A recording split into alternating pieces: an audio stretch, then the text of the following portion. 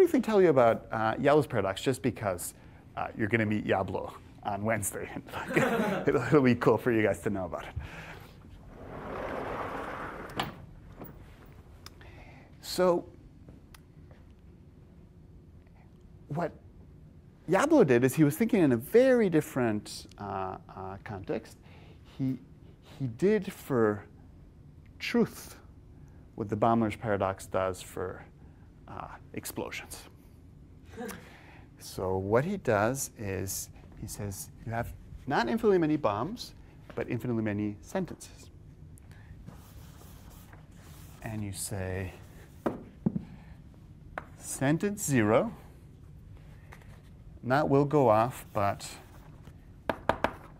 is true if and only if for any n greater than 0, sentence n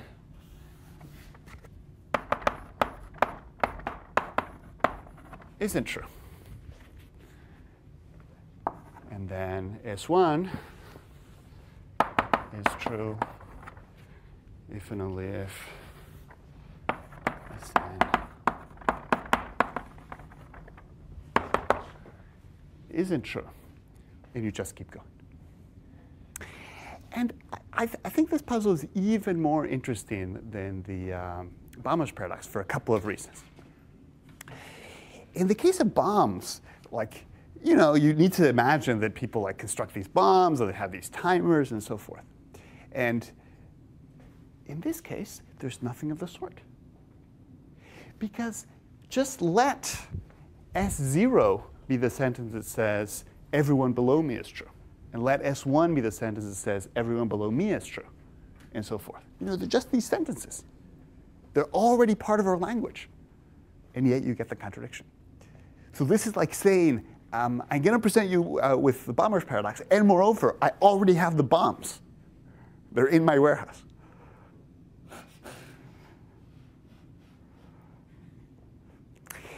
And another reason it's interesting is because it shows that a family of solutions to the liar paradox can't work. At least they can't work without help. So the liar paradox is a sentence that says, I'm not true. And you say, what? OK, so is it true or not? If it is true, then what it says is true. But it says it's not true. And if it's not true, and then you have a similar argument. Now, often people say, well, the problem with that sentence is that it's self-referential. So it talks about itself. And whenever something that talks about itself, you're going to get problems. But wait. Here we have no sentence talking about itself. All sentences just talk about people below them. So you have a version of the liar paradox that does not involve self-reference. And that's why Yablo's paradox is so famous.